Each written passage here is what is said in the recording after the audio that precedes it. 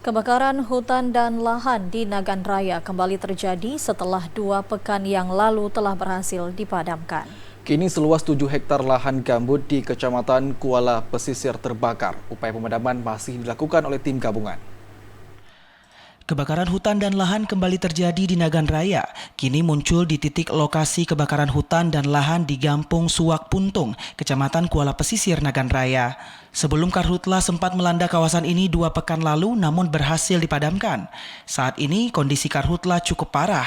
Hanya dalam 2 hari saja kebakaran sudah mencapai 7 hektar dan diperkirakan semakin meluas jika cuaca panas masih melanda kawasan ini. Upaya pemadaman terus dilakukan oleh petugas yang terdiri dari BPBD, TNI, kepolisian, serta unsur lainnya dengan mengerahkan pompa air ke lokasi, mengingat lokasi merupakan hutan gambut sehingga tidak bisa dikerahkan mobil pemadam kebakaran. Selain itu, proses pemadaman saat ini juga masih terkendala sulitnya sumber air. Dari Nagan Raya, Aziz Saputra, TVRI melaporkan.